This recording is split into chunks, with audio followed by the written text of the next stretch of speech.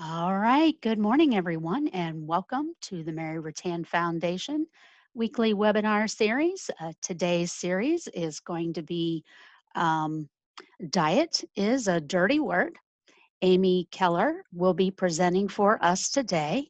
And if you've been with us before, Amy has presented previously, but she is a registered and licensed dietitian who has worked with Mary Rattan Hospital for 17 years. Amy enjoys community speaking and writes for the Healthy Habits Coalition blog, along with many others. And we will just get started. Again, our topic today is Diet is a Dirty Word. And here is Amy to present for us.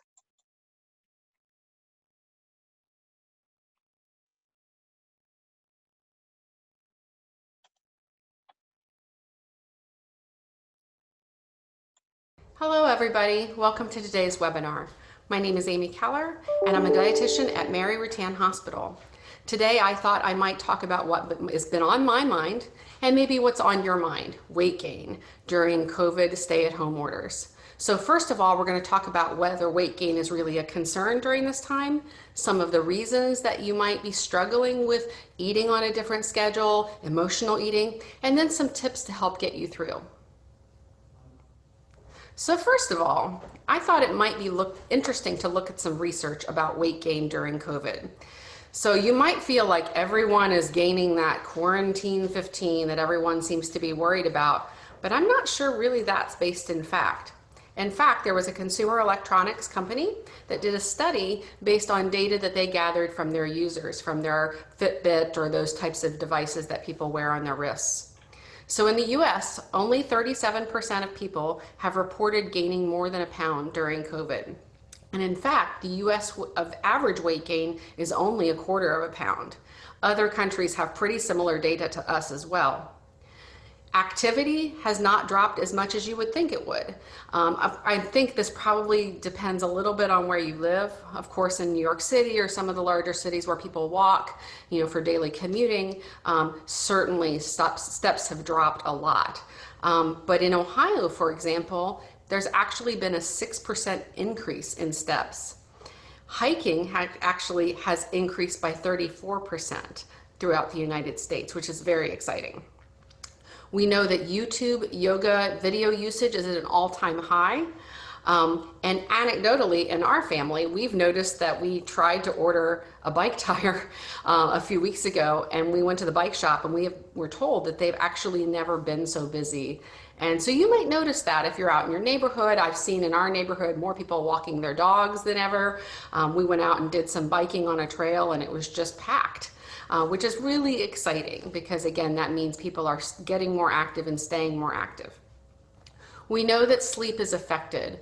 And of course, people are going to be suffering from difficulty sleeping, insomnia, maybe more vivid dreams during this stressful time. But interestingly, according to the data from this study, most people are generally going to bed at the same time, but many are waking up a little bit later. Likely because maybe they don't have the commute that they used to have, or they're not trying to get kids off to school.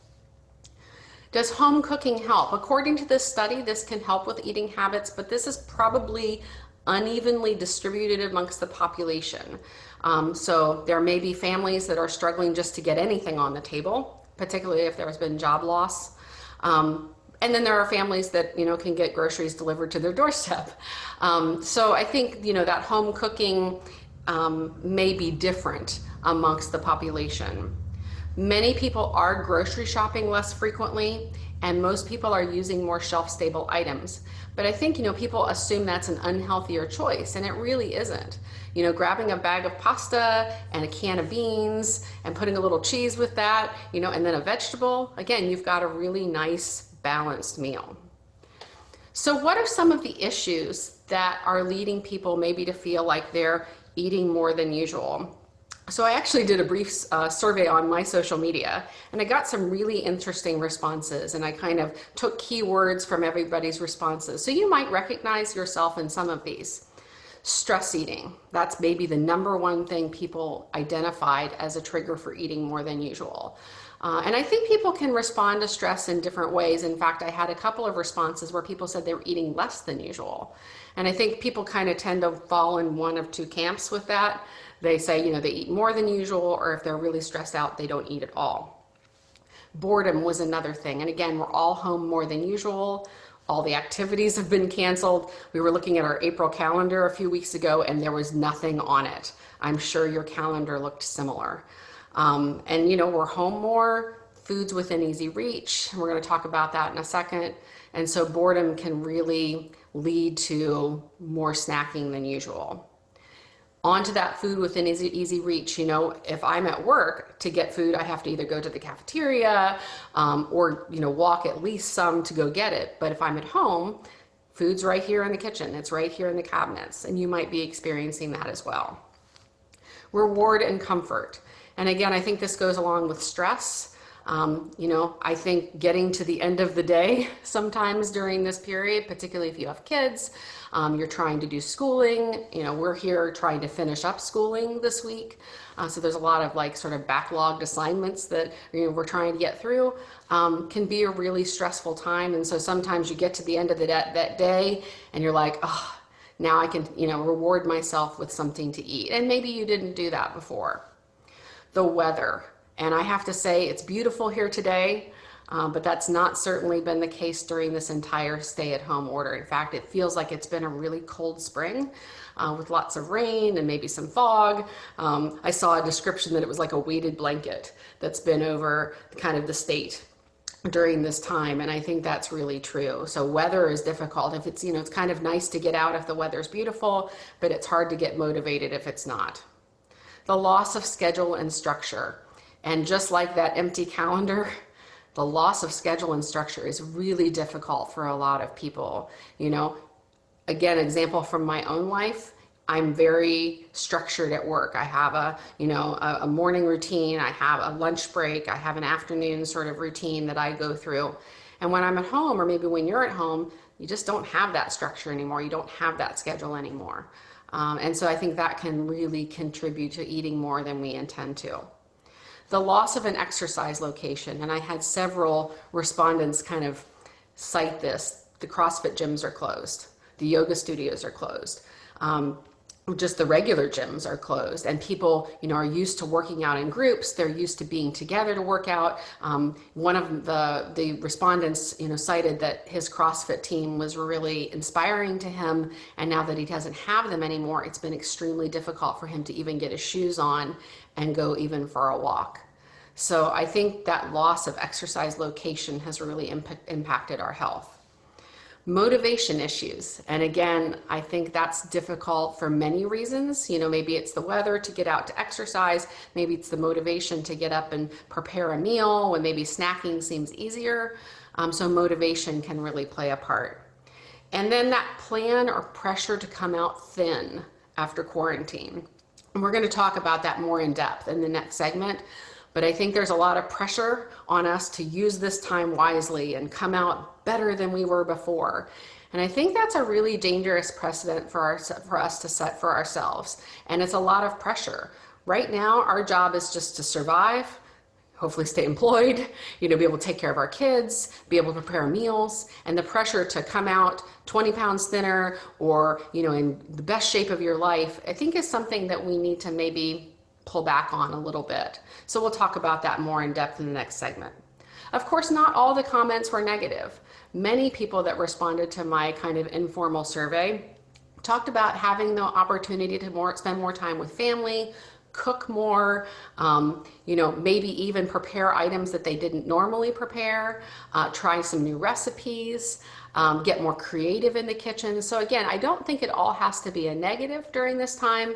But again, there's a lot of sort of disruption of schedule, structure, stress that can really affect the way that we eat.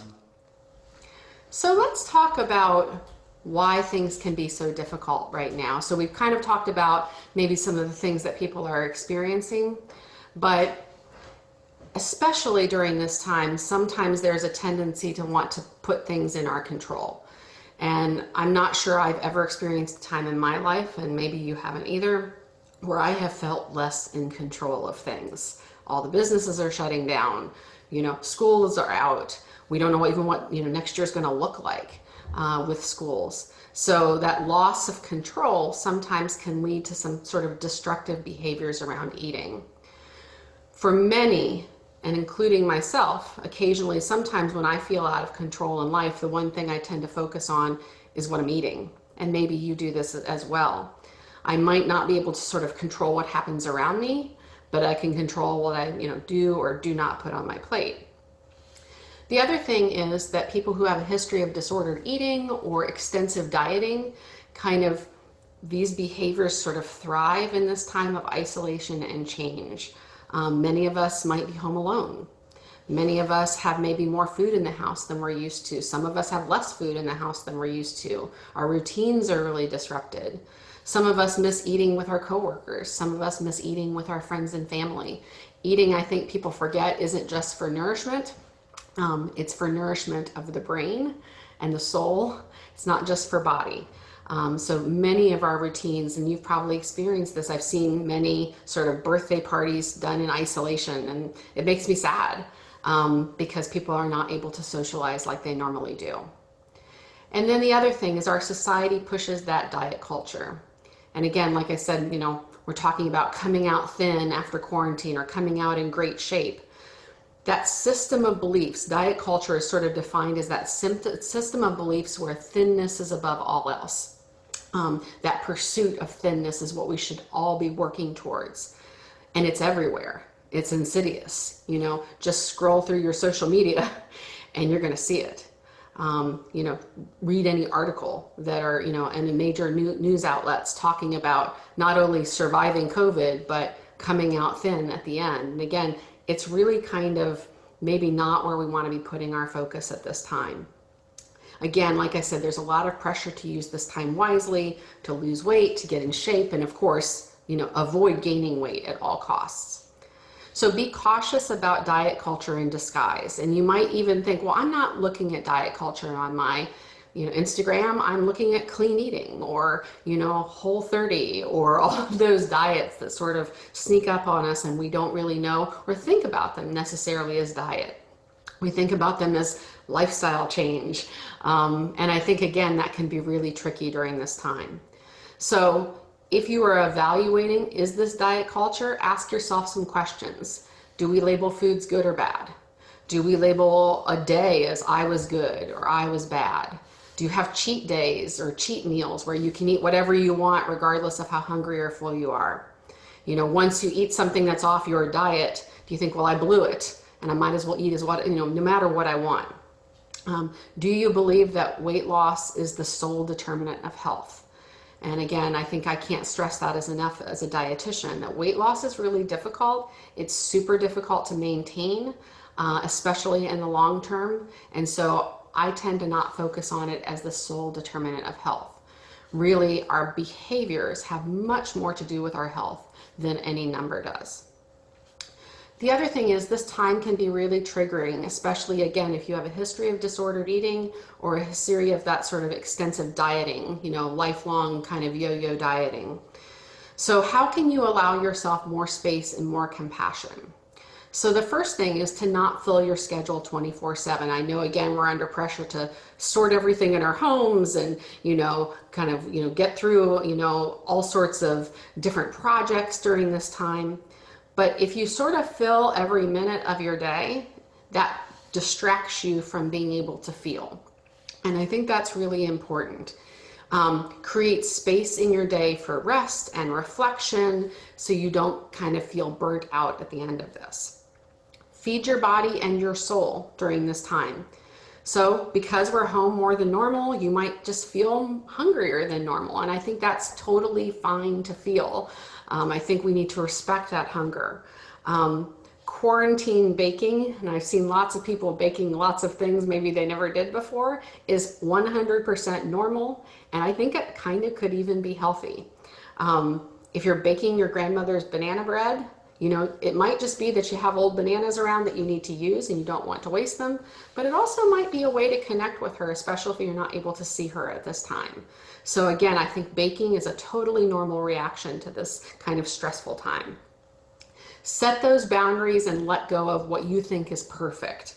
You know, if you're not eating as many fruits and vegetables as you think you should during this time, or you're not being as active as you want to be during this time, there's no right or wrong way to handle this. None of us have been through this before. So there's no playbook for how to get through something like this. Keep an eye on your boundaries, particularly with work, with family, with the news. I know sometimes when I work from home, I'm checking email more in off hours than I normally do because I feel like I need to be on top of things, and I think that's fine to do. But if you are working from home, set that boundary of at 5 o'clock, I'm done working for the day and I'll address it the next day, just like you would if you were going into the office. Give yourself grace that you're having a hard time. And I think it's difficult because we read terrible stories about people who either developed COVID, or they've lost a family member to COVID, or they've lost their job, and we think, well, I'm not nearly having as hard a time as they are, so I need to suck it up. And I think that's a really dangerous place to put yourself in during this time. So again, even if you think, well, somebody's got it worse than me, and of course everyone, I think everyone can say somebody has it worse than me. Especially right now. But give yourself some grace to say, it's okay if I'm having a hard time during this whole event as well. Stay intentional with your connections. Try to connect with somebody outside your home at least once a day. Ideally virtually, or at least socially distanced, so we're not necessarily up in people's space. But be careful with what you connect on, particularly on social media. So if you haven't done so, this might be a good time to kind of go through your Instagram feed, go through your Facebook feed, and do what I like to call sort of, an unfollow kind of event, where you are unfollowing social media accounts that make you feel bad about yourself, that are diet culture in disguise. For example, eat a balanced diet, but you don't touch those carbs, they're bad for you. You need to eat clean or eat real. Those are kind of pseudo diet words, as I like to call them. Pushing unrealistic standards for body image, I think is a good thing to unfollow, and the transformation pictures that some people post from maybe when they were heavier to when they've lost weight. Again, that's a really dangerous kind of thing to follow at this time. And then finally, on emotional eating. Diet culture would have us believe that emotional eating is bad. Just like quarantine baking, it's 100% normal, and in fact, it could even be a healthy way to cope. The issue is when emotional eating becomes the only coping mechanism that you have. And we're going to talk more about other coping mechanisms in the next segment. Emotional eating is particularly a problem for people who do not eat enough. And we'll really get into that here soon. Again, there's nothing wrong with you if food is something that you turn to during this stressful time. Absolutely nothing wrong with you. So again, the only problem becomes is when it's the only thing that you can turn to during this time. So we're going to get some more ideas of what you can do for better self-care during this stay-at-home order. So let's talk a little bit about some tips that you can use and take away from today's webinar for dealing with eating changes without necessarily turning to a diet. So first of all, practice that acceptance of yourself. If food is what gets you through this time, that's perfectly normal. I think we get into a sort of a cycle with ourselves where we sort of shame ourselves for self-soothing with food, and I don't think that's necessary. The other thing is that shaming yourself for self-soothing with food then sets up a cycle for restriction. And then when you restrict, you inevitably kind of swing the pendulum the other way and you overeat. So setting up that cycle of feeling bad about self-soothing with food, you restrict, then you end up eating more than you intended, can set up kind of a vicious circle that's kind of difficult to get away from. Please do not feel ashamed if you've gained weight during this time. Don't feel ashamed if you're worried about it too. I think our fat-phobic sort of society says weight gain at any time is bad, but right now, surviving the pandemic, keeping your family safe, keeping yourself safe, socially distancing, staying employed, again, working, keeping your kids healthy, keeping your kids in school, and all of those types of things are all we need to be focusing on at this point. And then remember, bodies change throughout our lifetime. Your pre-pandemic weight may have been sort of artificially sort of low, suppressed, because you were very strictly dieting prior to this pandemic. Maybe your weight will go back down if you've gained weight during the pandemic, but maybe it won't.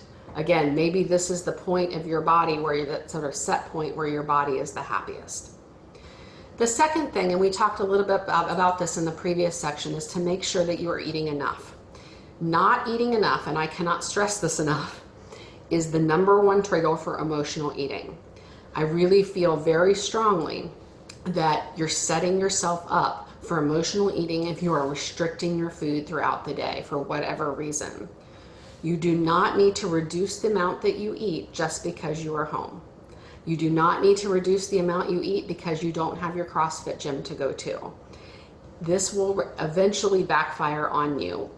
There's tons of research on this. Dietary restriction leads to overeating, particularly emotional eating. By regularly eating throughout the day, and whatever that means for you, whether that's 3 meals and 2 snacks, or maybe 6 small meals throughout the day, whatever that means for you, regularly eating throughout the day can be the number one thing you can do for yourself to sort of help kind of stem, that tide of emotional eating that you might feel coming on. Eat all the food groups, yes, even carbs. Very important to include carbs. And, one of the things people say is, I'm craving carbs right now. And I say, well, are you eating carbs? Because if you're not eating any carbohydrates, you're going to crave carbohydrates. It's just the way our body's chemistry works. So it's really important to eat all the food groups, like I said, even carbohydrates. Create a schedule for yourself for eating, especially if you're in self-isolation. If it's just you at home, it can be really easy to wake up and sort of blow off breakfast, and then maybe you get to lunch and you have a little snack, and then in the afternoon, maybe you have another little snack and maybe you skip dinner. Getting off schedule can really be a problem at this time.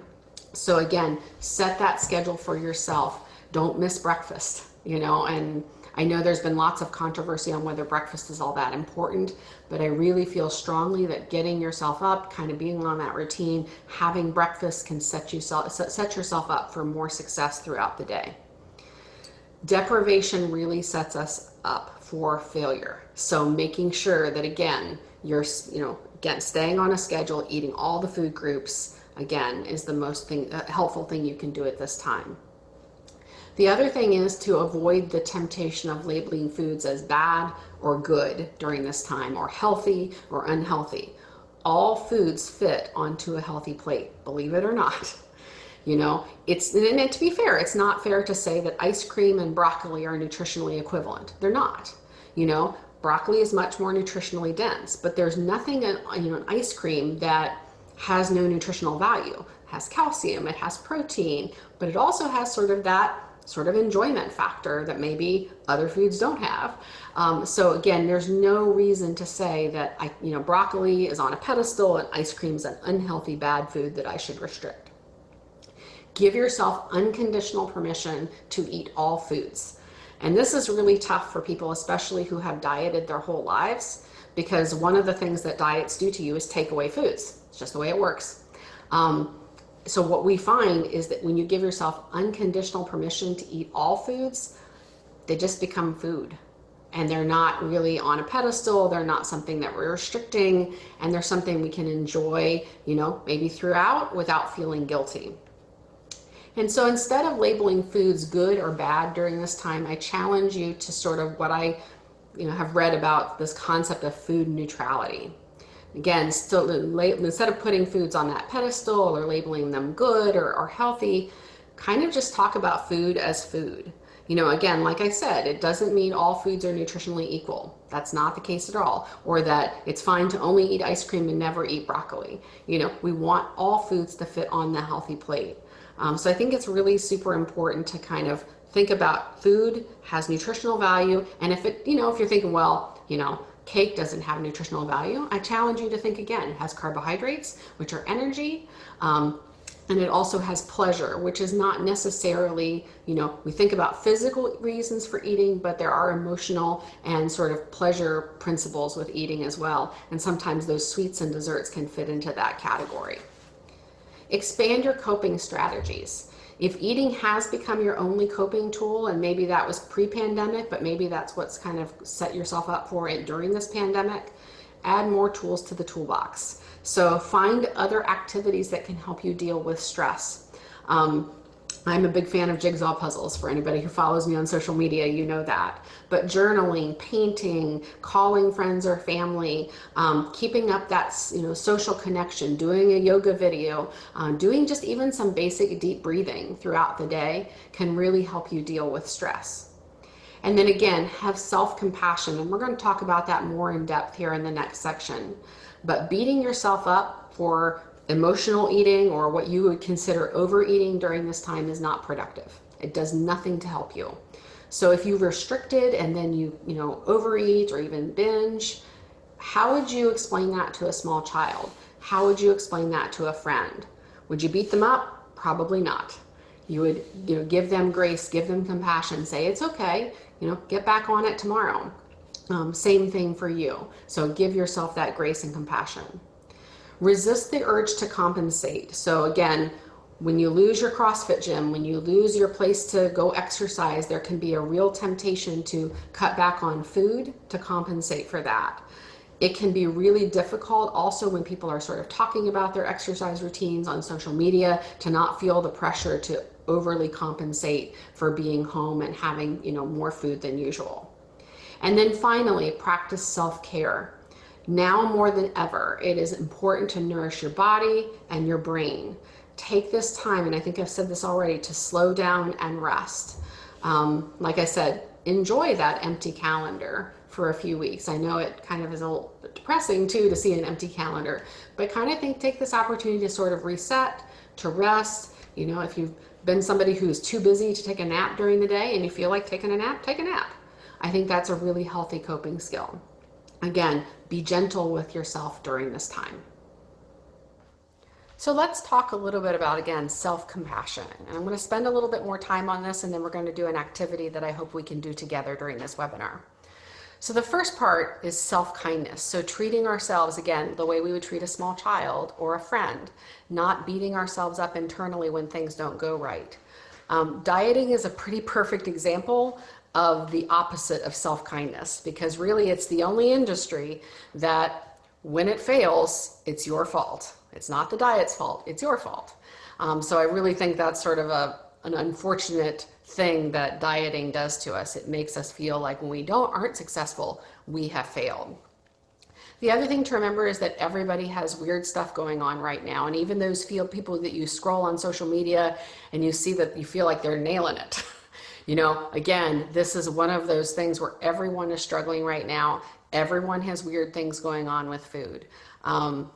Give yourself a break to think, I'm the only one who's going through this. Everybody has this sort of weird thing or, hang up around food, or even, again, stress that they're going through that is specific.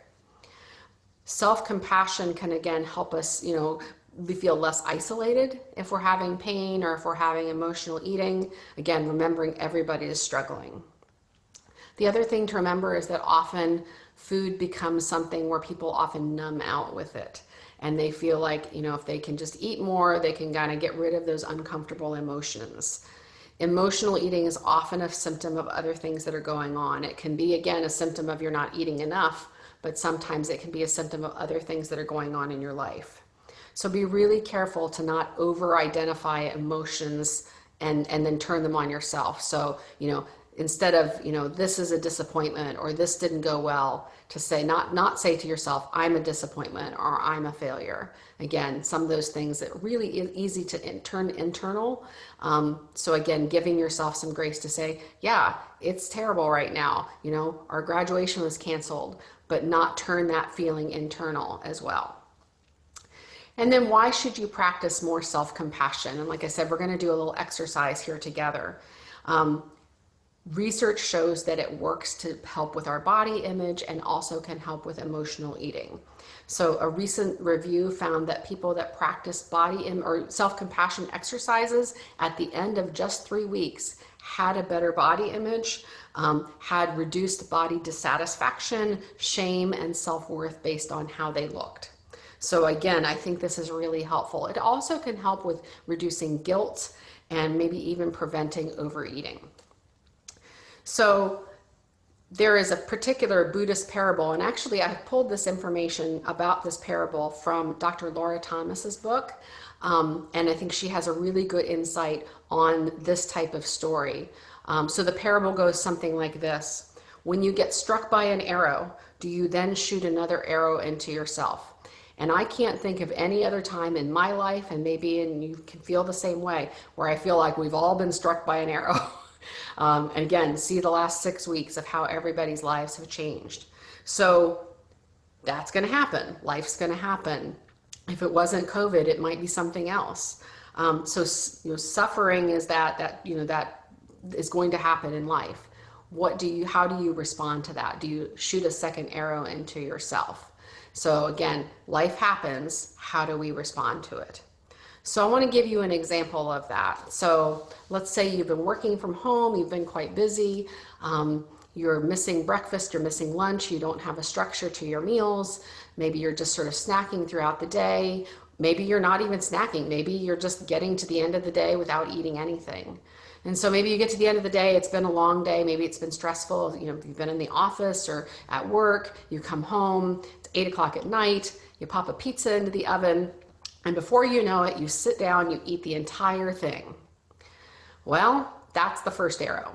So what about that second arrow? So the second arrow can look something like this. You might say, ugh, I ate so much. I'm so fat. I'm disgusting. I can't believe I ate the whole thing. I'm going to have to work extra hard tomorrow to burn this off, or I'm going to miss meals tomorrow. I'm going to skip meals tomorrow to make up for all these calories that I ate. So that's one type of arrow that can strike you the second time. Another arrow, or maybe another approach that you could take that might be more productive, might be to respond more calmly. So instead think, I was really hungry. It was 8 o'clock at night. I hadn't eaten anything all day. No wonder I was really hungry. I'm going to go through a lot right now. I'm going through a lot right now. Things are stressful. Things are stressful at home. Things are stressful at work. Again, being kind to yourself. Think of how you can plan that's more productive for tomorrow. Instead of thinking, I'm going to go to the gym, or I'm going to, go for a run and burn all these calories off, or I'm going to skip meals to make up for what I've done.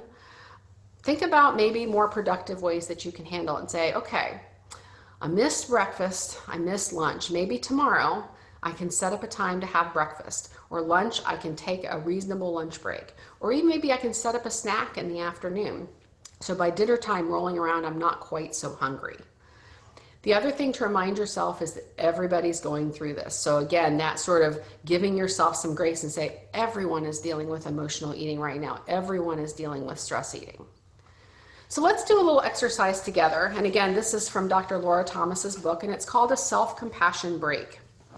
So just get into a comfortable position, whether that's on your couch, if you're watching this at work, maybe at your desk chair, if you're lucky enough to be outside on a beautiful day, sitting outside in the grass, or if you practice yoga, you have a yoga mat, this might be a good time to go get comfortable on that. So I want you to think about a difficult situation that you're feeling and how that feels in your body. Again, maybe your difficult situation has nothing to do with what's going on right now. Maybe it's a completely different issue, and that's totally fine as well. But maybe sit for a minute and think about a difficult issue that might be going on. It could be, like I said, unrelated to COVID. So I want you to visualize that situation, and maybe it helps to close your eyes. Visualize that situation until you start to feel that tension, that uncomfortableness. So take a minute and just do that.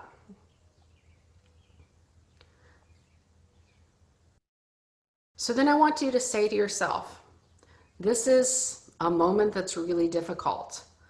I'm going to acknowledge this is really difficult. And I'm also going to acknowledge that maybe I'm struggling with this right now. But I'm also going to acknowledge that struggle and suffering is a normal part of our lives. And then I want to say to myself, it's not abnormal to feel that I'm struggling at this time. So then I want you to place your hands one on top of the other. I want that you put them kind of over your chest or your heart. Take a couple of deep breaths. And I want you to say something kind and compassionate to yourselves. You can say, maybe it's time for me to be kinder to myself. Maybe I can accept myself for the way that I am. Maybe I can safely endure the stress and pain. Maybe you've got this. That can just be even just as simple as that. Or may I forgive myself? Or maybe I can give myself grace for dealing with some really difficult times and stressful times. Maybe I can give myself grace for letting go of diet and food rules during this time as well. So finally, I know it's not hard to look forward right now and to think about what it's going to look like in a week, a month, a year from now. I really struggle with thinking too far ahead, and maybe you do as well. Take things one day at a time right now. Realize that it's okay to self-soothe with food, and maybe it's even a healthy coping mechanism. If it's your only coping mechanism, think of other ways that you can cope, but don't count out emotional eating as that's a completely unhealthy way to deal with this. Give yourself grace and know that emotional eating is actually a healthy way to cope. Get your body moving. Again, it doesn't have to be going back to the gym, although again, if that's your thing, go do it. It can be just practicing some gentle yoga, taking a walk outside on a beautiful day, joining the 34% of people you have discovered hiking as a new pastime. Get out in nature. Make sure that you can pause and rest when you need to, and that's not only just for time for sleep, but pausing and resting during the day. Instead of thinking about, again, that giant to-do list that maybe we've all set for ourselves during this time, think about, I'm going to take a break during the day. I'm going to do some journaling. I'm going to do some painting. I'm going to work on a puzzle if you're me. And again, just taking that time for yourself can really help you cope during this time without turning to a diet. But again, thinking about emotional eating as something that is healthy, and it's a way to cope, and it's totally normal, and to give yourself as much grace as you can during this difficult time. Thank you.